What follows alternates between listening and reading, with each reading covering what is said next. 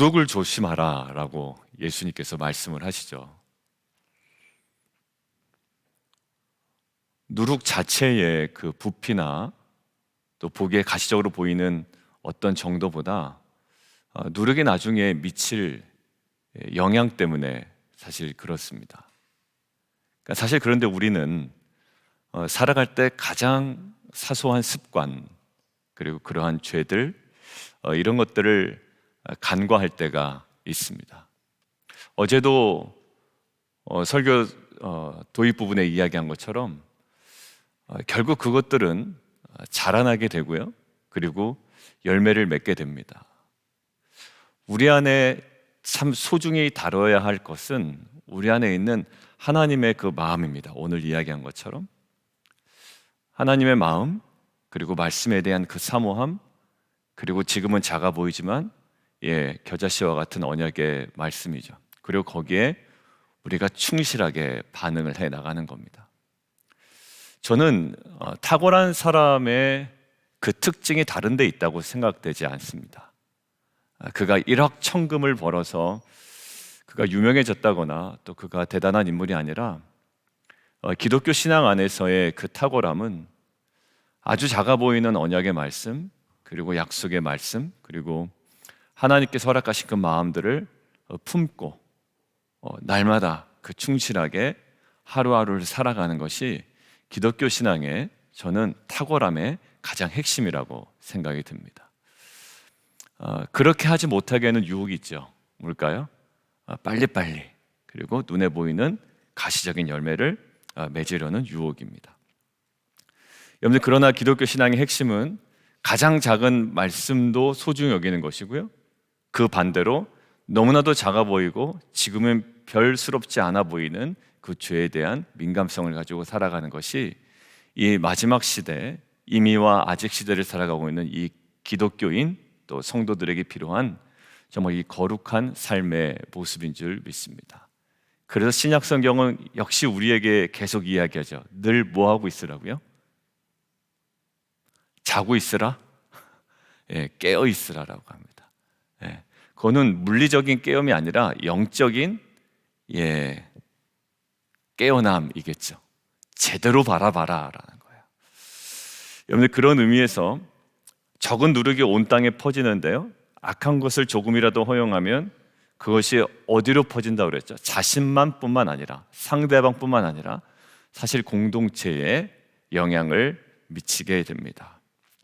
여러분들, 오늘 우리가 오히려 지양해야 되고 또 지향해야 되는 그 대비되는 모습들을 몇 가지 함께 보도록 하겠습니다.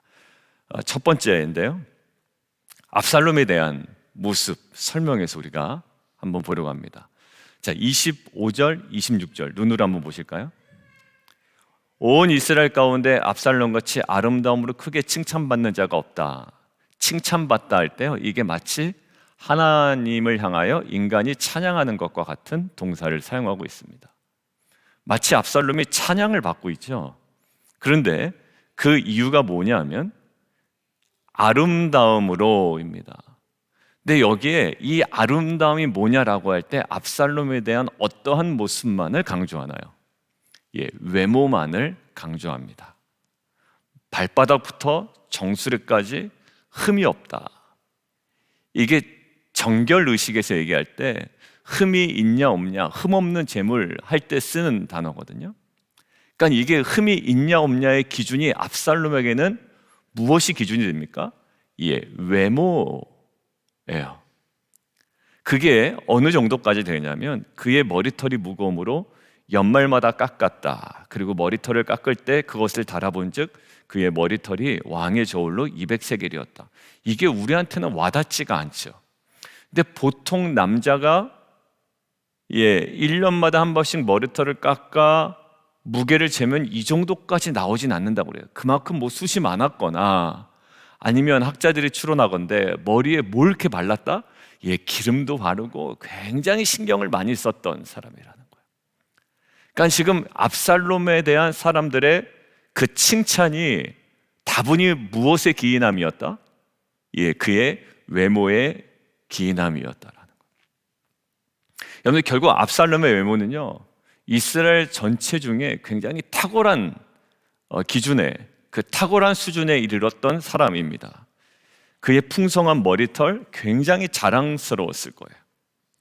그런데 그의 어떠한 그 외모와 달리, 아름다운 외모와 달리 내면은 어떨까요? 계속 악으로 가득 차 있었고 해결이 되지 않았던 자였습니다. 여러분들, 머리카락 얘기가 나오잖아요. 근데 여러분들, 왜 머리카락 이야기가 나올까요? 성경을 통독 이미 지나갔죠. 이미 이 부분 지나갔죠. 왜 머리카락 이야기가 나올까요? 머리카락 때문에 죽습니다. 누가요? 압살롬이. 그러니까 그에게 굉장한 그 외모의 외적인 자랑스러웠던 머리카락이 결국 그를 죽게 만듭니다. 지양해야 되는 건 뭘까요? 외모보다, 외양보다. 이것은 우리의 겉으로 보이는 외모가 아닙니다. 이틀 동안 계속 얘기했던 거, 우리의 나눔에서 보이는 나눔의 외적 모습보다. 그 내용, 저렇게 자기 자신을 냉철하게 바라보는 자는 신앙이 있는 자지라고 생각하지만 사실 전혀 순종할 마음이 없고 순종하지도 않고 순종해 본 적도 없기 때문에 계속 반복되는 이야기만 될 때 뭘까요? 나눔을 통해 내가 얻는 유익만을 생각하는 겁니다. 실제적으로 말씀을 나누는 유익은 어디서 올까? 사람들의 칭찬이 아니죠. 오늘 얘기한 대로 저렇게 자기 자신을 냉철하게 바라봐? 자기 자신의 이 못난 모습도 저렇게 드러낸다고? 그 칭찬이 중요한 게 아니라 거기에 뼈저리게 자기의 죄성을 발견하고 내가 치열하게 살아가는 거죠. 이제는 여러분도, 그리고 저도 사실 그러한 자기 반성적, 자기 성찰적 나눔은 많이 들었기 때문에 그 자체로 우리가 막 은혜를 받지는 못해요. 사실 은혜를 받아서도 안 됩니다. 인간이 말은 그래, 그래서 어떻게 할지 모르기 때문에. 어디서 결정적 은혜를 받죠? 내면이 변화되었다는 확신, 삶이 변화됐다. 이거는 외모가 아닙니다. 결국은 뭘까요? 내면의 모습이죠. 무엇을 지향해야 돼요? 외적인 모습보다 어디요? 내실을 추구해야 됩니다. 베드로전서 3장 3절에서 4절 보면 이렇게 되어 있습니다. 2절부터 이렇게 돼요. 너희의 두려워하며 정결한 행실을 봄이라. 3절, 너희의 단장은 머리를 꾸미고 금을 차고 아름다운 옷을 입는 외모로 하지 말고 오직 마음에 숨은 사람을, 누구요? 마음에 숨은 사람을 온유하고 안정한 심령에 썩지 아니할 것으로 하라. 이는 하나님 앞에서 값진 것이니라. 결국 외모가 아닌 무엇을? 내면을 꾸미라는 거예요. 저는 이 큐티 나눔의, 또 큐티라는 공동체의 가장 핵심적인 부분이 어디인지를 우리가 알고 갔으면 좋겠다는 마음이 들더라고요. 제 자신 포함해서. 나눔이 뭐라고요? 꽃입니다. 그런데 결국 그 삶으로 살아가기 위해 우리가 치열하게 살아가는 매일매일의 삶이 뭘까요? 그곳이 열매가 되어야 되죠. 마치 회의 때 어려운 보고 하나 해놓고 이제 회의 끝났다라고 너무 그냥 편안하게 살아가는 우리의 모습이 아니라 오히려 나눔 이후의 삶이, 그래, 보고한 대로 내가 이 프로젝트를 실행해야지라는 또 다른 이 거룩한 부담으로 하루하루를 살아가는 저와 여러분 되기를 주님의 이름으로 축원합니다. 나눔이 뭐라고요? 꽃이긴 합니다. 거기까지 갈 때 얼마나 힘들었겠어요. 자신을 오픈하고. 근데 그 자체에 너무 스스로 만족해 버린단 말이에요. 나의 예배에 온전하진 모습도 봤고, 나의 재정에 온전하진 모습도 봤고, 나의 마음에 삐뚤어진 모습도 봤는데, 사실 그 나눔보다 더 중요한 건 사실 우리 내면의 치열한 영적인 싸움인 거예요. 그렇지 않으면 늘 반복적인 나눔만 반복하다가 평생을 계속 살아갈 수밖에 없는 우리의 모습일 겁니다. 그런데 어제도 이야기하고 우리가 함께 얘기한 것처럼 성령께서는 우리를 계속적으로 깨닫게 하시고 우리를 그렇게 살아가게 하시고 또 그에 필요한 힘과 또 능력을 또 우리에게 허락하실 줄 믿습니다. 두 번째요.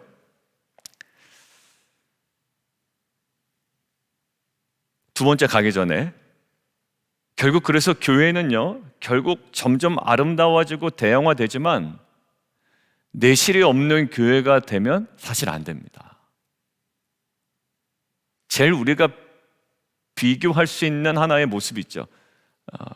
화려한 건물. 근데 미국에 있는 수정교회도 팔렸단 말입니다, 그게. 너무나도 아름다운 건물이었는데. 여러분들 결국 진정한 교회는 뭘까요? 건물 잘 해놓으면 성도님들이 오기는 옵니다, 사실. 저희들은 전혀 유혹을 안 받잖아요. 그런데요, 여러분들 어느 정도 탁 넘어갈 때 심하게 유혹을 받는다고 그래요. 왜? 여러분들 아예 정말 저희 교회 같은 규모가 작은 교회는 뭐 그닥 거기에 대한 것이 없지만 조금 더 성장하고 어느 정도 규모가 갖출 때는 야, 여기다가 건물까지 그냥 사람들이 볼 때 그냥 마음이 가고 오고 싶어하는 건물만 있어도 훨씬 도움이 되겠다라는 생각이 든단 말이에요. 그러니까 자꾸 거기에 신경을 쓰게 되죠. 안 그러겠습니까? 여러분 깨끗한 건물이 있는 교회고 조명이 있고 막 어떻게 보면 야, 여기 와서 예배드리면 뭔가 은혜가 된다는 느낌을 줄 수 있단 말이에요. 뭘로? 건물과 조명과 모든 음향과 모든 것들을 총동원해서. 어딜 가고 싶겠어요? 사람들이 거길 더 가고 싶지 않겠습니까? 똑같은 말씀이라면, 똑같은 교회 공동체인데 어디든지 하나님이 있다고 하는데, 그것이 그 사람들의 선택을 뭐라고 하는 것이 아니라 우리가 먼저 거기에 마음을 쓴다면, 대신 성도의 삶에서 거룩한 모습이 전혀 나타나지 않는다면, 나눔은 하는데 나눔에서 그치고 우리의 삶이 진정으로 변화되는 흔적들이 나타나지 않는다면 결국 뭘까요? 유럽의 아름다운 교회들이 지금 텅 비어 있는 것과 전혀 다르지 않죠.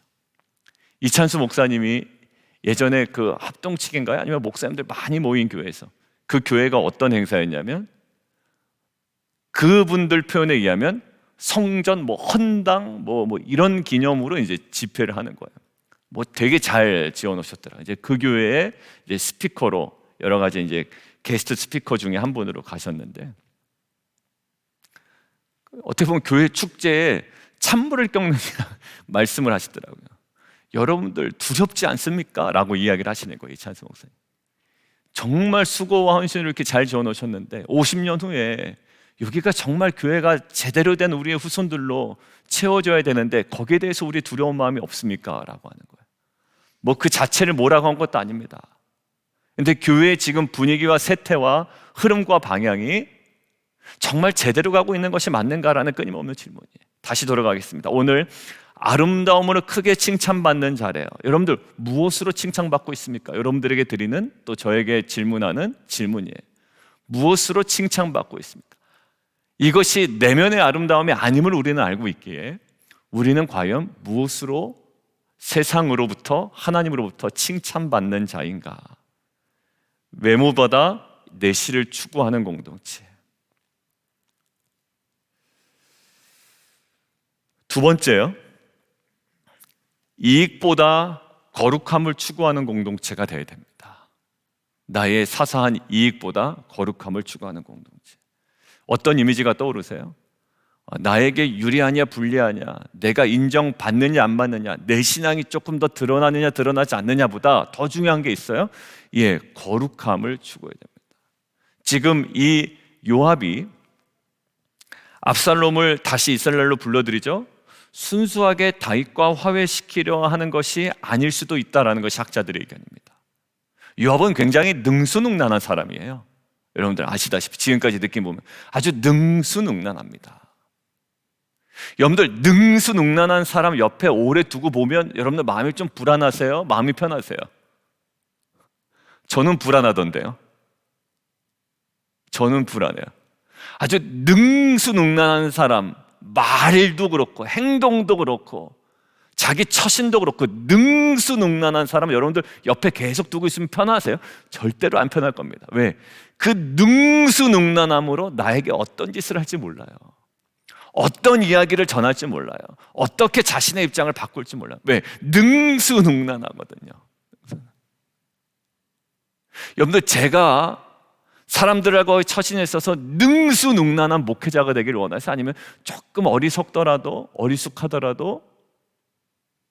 그 반대가 되기를 원하세요? 여러분들, 자녀를 입장하세요. 자녀가 능수능란한 사람이 되기를 원하세요? 아니요, 그런 부분 없을 겁니다. 지금 요압은 자신의 정치적 야망을 이루려는 욕심이 사실 완전히 없다라고 배제할 수가 없다라는 거예요. 압살롬에게 호의를 베풀어서 안정된 장래를 도모하려는 그의 계획, 그런데 결국 압살롬의 끊임없는 충돌 그리고 돌출 행동으로 숲으로 들어갑니다. 결국 요압의 그 밭에 붓을 붙일 만큼 압살롬의 야망은요 걷잡을 수가 없어요. 막 분노도 그렇고 여러 가지. 이제 이스라엘 전체로 완전 들풀처럼 막 번져 나갑니다. 요압의 기민함으로부터 시작됐어요. 이게 다윗은 어쩔 줄 몰라고 있는데 요압이 그냥 계속 이야기를 합니다. 여자도 막 다윗에게 붙여놓고 이야기하게끔 하고 고백하게끔 하고 왜 이야기한 대로 행동하지 않느냐고 이야기도 하고. 여러분들, 자신의 이익이 우선된 어떤 결정 속에는 늘 함정이 있는 것 같아요. 내가 이렇게 하면 무시당하지 않고 내 신앙을 인정받고, 여러분들 이런 욕구가 우리에게 있습니다. 왜? 기독교 안에 있으니까. 내가 목사다움을 이런 식으로라도. 근데 목사다움은 사실 그런 식으로 나타낼 수 있는 게 아니에요.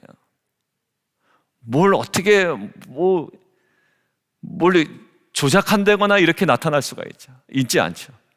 여러분들, 기독교가 이익이 최고로 됐을 때가 있습니다. 초대교회 뭐냐면 콘스탄티누스 대제에 의한 밀라노 칙령으로 기독교가 어떻게 되죠? 공인됩니다. 기독교가 공인되고 나서 어떤 일이 교회 공동체에 벌어지냐면 교회에 유력 인사들이 많이 오기 시작해요. 그리고 거기에 뭐가 많이 생길까요? 헌금이 많이 들어오기 시작합니다. 여러분들, 거기에 유력 인사와 재물이 교회로 들어옵니다. 여러분들, 그게 좋아요? 좋죠. 이익이 되죠. 근데 거기서 어떤 일이 벌어지냐면 교회에 유력 인사가 들어오고 재물이 들어오면서 오히려 교회가 어떻게 해요? 이익은 좀 늘어났지만 이게 거룩함을 놓치기 시작했습니다. 거기서부터 뭘까요? 중세교회의 타락으로 계속 가는 거예요. 거룩함보다 이익을 앞세우면 사실 그 거룩함이 배제된 이유로 말미암아 교회가 타락합니다. 어떤 일이 있었냐면 그 이제 기독교 공인 이후에 유력 인사와 재물이 교회에 많이 유입되고 나서 교회가 실제로 어떤 행동을 많이 했냐면 사회봉사도 많이 했습니다. 안 한 게 아니에요. 그 재력으로 사회 참여도 많이 했고 사회봉사도 많이 했습니다. 그러니까 교회가 자꾸 사회 참여, 사회봉사하니까 또 어떻게 할까요? 교회가 칭찬을 받게 되죠. 무엇으로? 그런 모습들로요. 근데 오히려 거기서 이상하죠? 사회 참여를 많이 하고 도와주는데도 교회가 부패하기 시작했습니다. 거기에 뭐가? 권력이 생기고 이익이 생기다 보니까 그 반대로 굉장히 사회에 참여를 하고 소외된 자들을 도와주는 일을 안 하지 않음에도 불구하고 그와는 전혀 반대로 교회가 부패하기 시작했습니다. 여러분들, 우리가 기도하고 또 우리가 어떤 그 사역을 해나가고 또 사역을 해나가는 것도 안 하면 안 될 것 같아요. 그러니까 뭔가는 해나갈 거고 이렇게 하면 뭔가 교회가 인정받지 않을까? 또 목회자가 인정받지 않을까? 성도로서 인정받지 않을까? 왜? 요구되는 것들이 있으니까. 그게 뭡니까? 다 이익과 관련되는 거야. 내가 욕먹지 않으려고. 여러분들, 내가 욕먹지 않으려고 사역한다라고 그러면 얼마나 그 사역이 편향되어 있겠습니까? 내가 욕먹지 않으려고 한다. 욕먹지 않으려고. 거기에 이익이 되니까 어떻게 돼요? 거기에 뭔가 거룩이 깨지기 시작합니다. 사랑하는 성도 여러분, 이익보다 우리는 먼저 거룩함이 중요해요. 압살롬이 자신의 정치적인 이익을 위하여 지금 했던 행동은 사실 아무에게도 도움이 되지 않았던 거예요. 세 번째요. 개인의 감정보다 하나님의 공의를 추구해야 합니다.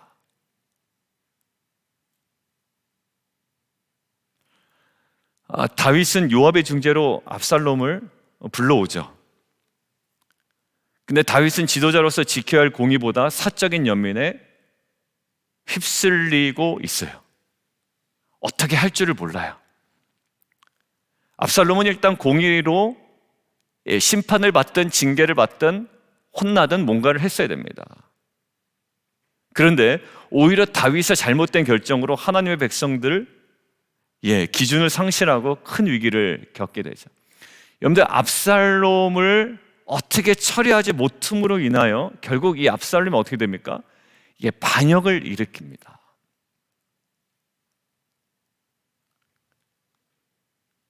어떤 그 감정보다 분명한 공의를 가지고 이것들을 대해야 하는데 이것들을 대하지 못해요. 교회의 그 외적 표지가 있습니다. 하나는 뭐냐면 권징과 치리예요.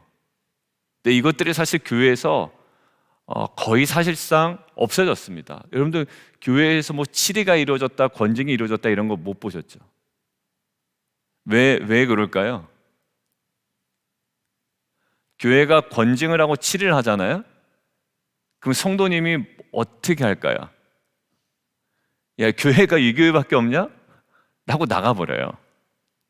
그러니까 아무 소용짝이 없어져 버렸습니다. 어떤 목회적인 권면을 해도, 그리고 당신 그러면 안 됩니다 라고 이야기를 해도 무슨 교회가 여기밖에 없냐라고 권징과 치리가 많이 약해져 있죠. 사실상 무력화되어 있지만 권징과 치리가 사라진 교회에서는 순전한 교례와 건전한 삶을 찾아보기 힘듭니다.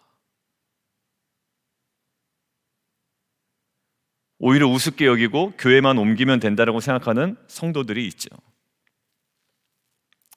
이것이 왜 그러냐면 결국 개인주의적인 형태, 또 개인의 감정과 또 자신의 그 상황에 근거한 정말 그 기독교 신앙에 근거 없는 이 개인주의, 감정주의가 완전히 퍼져 있는 거예요. 이것도 예배도 내 느낌에 안 맞으면 안 좋은 거고요. 그냥 모든 것들 간에 하나님의 나라보다 내 느낌과 내 감정과 나의 기준이에요. 그러니까 서로 얘기할 때 싸울 수밖에 없죠. 그럴까요? 나는 그렇게 생각하지 않아가 시작이니까. 당신 어떻게 생각해? 라는 거.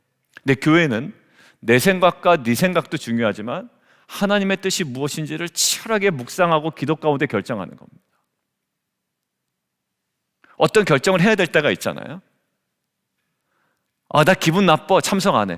여러분들의 기분 나쁨을 예배 불출석으로 드러내지 마세요. 아무런 도움이 되지 않습니다. 그죠? 예배의 기분, 당신의 감정의 기분 나쁨을 예배 불출석으로 나타나고 모임에 안 나가는 것을 느끼고, 이거 완전 초등학생 아닙니까? 내가 안 나가서 나의 삐짐을 보여줄 게다. 뭘까요? 감정보다 공의를 추구하는 거죠. 해야 할 일은 해야 됩니다. 드려야 될 예배 삶은 드려야 되는 거예요. 그 안에 해결되는 거죠. 여러분들 그런 식으로 처리해서 남는 거는 후회밖에 없더라고요. 내가 미숙했다, 어리석었다, 연약했다라는 거예요. 여러분들 다윗이요, 결국 이 공의라는 부분에서 굉장히 어려움을 겪습니다. 왜? 자식에 대한 연민도 있고 사랑도 있어요. 어제 그랬죠. 사랑과 공의에서 쩔쩔매는 이 다윗이 사실 우리의 모습일 수도 있다라고 했어요. 근데 이 쩔쩔매는 우리의 모습을 가지고 예수님은 딱 보여주셨죠. 공의와 사랑을 완벽하게 통합하시는 거. 어디서요? 십자가에서 완전히 통합하셨습니다. 결국 다윗의 태도는요, 아버지께 인정받기를 기대했던 압살롬에게 뭐가 됐을까요? 큰 상처가 됩니다. 오히려 압살롬이 이야기하잖아요. 만일 내게 죄가 있으면 어떻게 하라고요? 왕이 나를 죽이는 것이 옳으니라. 이것이 자기가 옳다라는 것을 주장하는 압살롬의 뻔뻔함이다라고 이야기하는 학자들도 있어요. 그러나 이 말대로 만일 그러니까 그만큼 나는 죄가 없다라고 이야기하는 뻔뻔함이다라고 보는 학자도 있고요. 그렇지 아니하고 이것들을 액면 그대로 바라본다면 만일 내가 죄가 있으면 왕이 나를 죽이는 것이 옳다. 그렇게 혼내는 것이 좋죠. 근데 오히려 아무것도 하지 않는 다윗의 행동이요, 오히려 압살롬에게 상처가 됩니다. 여러분도 그렇지 않아요? 아무것도 하지 않는 행동이 다른 사람에게 상처가 됩니다. 뭐가 제일 큰 상처라면 무관심. 내가 당신과 상관없다는 것을 정확히 보여주겠어? 당신과 인사 안 해.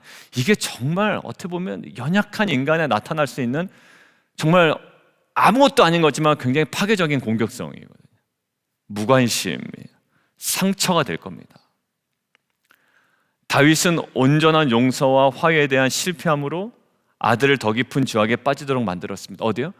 자기 배달은 형제를 죽이는 것뿐만 아니라 오히려 이 상처가 더욱더 더 깊은 죄악으로 빠지게 된다는 거예요. 누구예요? 아버지를 이제 향해서 반란을 일으키잖아요. 압살롬에 대한 다윗의 행동은요, 비인격적인 거예요. 여러분들 성도님들도 가만히 보시면 목사님 저 좀 내버려 두세요 그런 성도님들이 있어요. 가끔 보면 제가 성경 읽던 말던 기도하건 말건 좀 내버려 좀 두세요. 그냥 제가 알아서 할게. 그런 분들이 있거든요. 근데 정말 내버려 두잖아요. 나중에 어떤 이야기 하시는지 아세요? 목사님 관심 없다라고 이야기해요. 그러니까 내버려 좀 달라고 막 그러다가 그래 연락 좀 한번 끊어봐야 되겠다. 끊으면 그러면 안 되는데 제가 그냥 저도 좀 지치는 거예요. 그래서 이제 끊잖아요. 그러면 어떻게 될까요? 목사님 관심 없다 그래요. 그래서 제가 내가 실수했다 그 생각을 하죠. 여러분들 내버려 달라고 이야기하는 분들도요, 진짜 내버려 두잖아요. 상처받습니다. 한두 명 본 게 아니에요. 여러분들 그 마음이요, 그냥 내버려 달라는 게 아니에요. 그냥 지금 나 너무 힘들다, 나 연약하다, 이거밖에 안 된다라는 거예요. 여러분들 결국 다윗의 태도는 정치적인 압력과 개인적인 감정이 혼합된 결과였어요. 결국 아버지로서의 용서도 아니었고요, 결국 아무것도 아닌 셈이었어요. 결국 압살롬이 경험한 것은요, 그냥 다윗이 어떤 줄 모르고 경험할 수밖에 없는 거절이었죠. 압살롬에게는 누가 필요했을까요? 공의로운 아버지, 사랑스러운 아버지가 동시에 필요했던 거예요. 누구에게? 압살롬에게는. 여러분들 기독교도 마찬가지죠. 우리에게 늘 사랑만 주고 해달라는 거 다 해주는 주님만 필요합니까? 아니요. 때로는 우리의 연약함을 그대로 분명하게 드러내시고 또 우리를 깨닫게 하시는 그런 엄한 성령 하나님도 우리에게 필요한 거예요. 한쪽으로 쏠릴 때 한쪽으로 넘어가면 굉장히 계속 침울해 있습니다. 근데 결국 뭐죠? 감싸 안으시고 다시 회복시키셔서 우리를 그에 맞는 자리로 딱 세우시는 그 하나님의 그 사랑도 있단 말이에요. 여러분들 오늘 말씀을 좀 정리하겠습니다. 이 공동체 안에 우리가 또 가정 안에 지양해야 되고 지향해야 되는 거 우리 세 가지 정도를 함께 나눴습니다. 하나는 뭘까요? 외모보다, 외적인 모습보다, 외적인 나눔보다 오히려 내실을 추구하는 거예요. 그냥 스스로에게 물어보세요. 내가 나눔한 만큼 살아가려는 치열함이 있는가? 저는 이 말씀 공동체가 빠질 수 있는 함정이 있다고 분명히 생각이 들더라고요. 왜? 나눔 자체는 너무 좋았거든, 그죠? 본인이 본인 나눔할 때 막 감동받지 않으세요? 어쩔 때는 충분히 맞습니다. 그런데요, 우리는 거기서 조금 더 나가야 돼요. 그것은 다분히 외적인 모습이더라고요. 두 번째, 이익보다 거룩함을 추구해야 됩니다. 여러분들 그 기독교 공인된 이후에 많은 이익이 있었습니다. 근데 오히려 많은 좋은 자선 사업도 펼쳤습니다. 근데 교회가 계속적으로 부패해 가는 거예요. 세 번째, 나의 어떤 사적인 감정보다 뭘까요? 공의를 추구해야 됩니다. 압살롬이요, 공의대로 심판받아야 이제 거기서부터 사랑이 시작되는 거였었어요. 내 모습에 대하여 하나님께서 어떻게 다가오시길 원하세요? 그냥 눈 감고 모른 척하고 그냥 모든 사랑과 은혜를 쏟아 부어주기를 원하세요? 저는 오히려 그러면 더 불안할 것 같아요. 정말 제가 정신을 차릴 때까지 아주 집요하게 분명히 말씀하셔서 제가 깨어 일어나는 것이 정말 그것이 은혜 아니겠습니까? 뭔지도 모르고 사역했던 저에게 이게 아니다라는 것을 분명히 하나님께서 말씀으로 깨닫게 하시는 것이 저에게는 은혜 아니겠어요? 그냥 잘하고 있다라고 스스로 판단되고 사탕을 주고 있던 저 자신에게 정말 그게 아니다라고 하나님께서 분명히 말씀하시고 거기서 정확하게만 돌이킬 수 있다면 이것이 저에게 은혜가 아닐까요?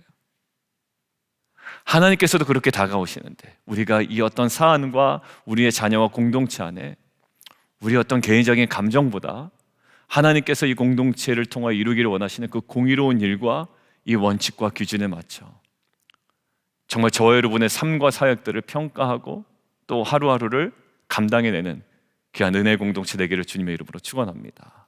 우리 함께 좀 기도하며 나가도록 하겠습니다. 외적인 모습보다 더 중요한 것이 있죠. 우리의 내면입니다. 오늘 아름다움으로 크게 칭찬받았다라고 이야기합니다. 중세 성당에 아름다운 외모가 있었습니다. 외양이. 그러나 내면은 부패했던 것을 중세 교회사가 아주 분명하게 증거하고 있잖아요. 유럽의 아름답고 거대한 교회들을 보십시오. 지금은 텅 빈 채 얼마 안 되는 노인들만 남아있거나 아니면 다른 곳에 팔려버린 교회도 상당히 많다고 이야기를 우리가 들었습니다. 이찬수 목사님이 그 목사님들 모인 새로운 예배당을 짓고 또 헌당 기념 집회를 하는 그 교회에 가서 우리 모두의 교회의 미래가 어떠할 것에 대하여 두렵지 않냐고 외쳤던 것처럼 우리가 오늘 더 집중해야 되는 것, 내면, 보이지 않는 그 부분, 보이지 않는 아까 뭐라고 그랬죠? 그 베드로전서 3장 4절에 마음에 숨은 사람을 우리가 관심 두는 거예요. 아무도 보지 못하는 마음에 숨은 사람. 아무도 안 보입니다. 여러분들 아무도 볼 수 없는 숨은 사람이 내면에 있어요. 그 사람을 더욱더 새롭게 하고 온전함으로 추구해가는 귀한 공동체, 그리고 이익보다 거룩함을 추구하며 또 어떤 개인적인 감정보다 공의를 추구해 나가는 귀한 공동체 되게 하여 주옵소서. 우리 함께 기도하며 함께 나가도록 하겠습니다.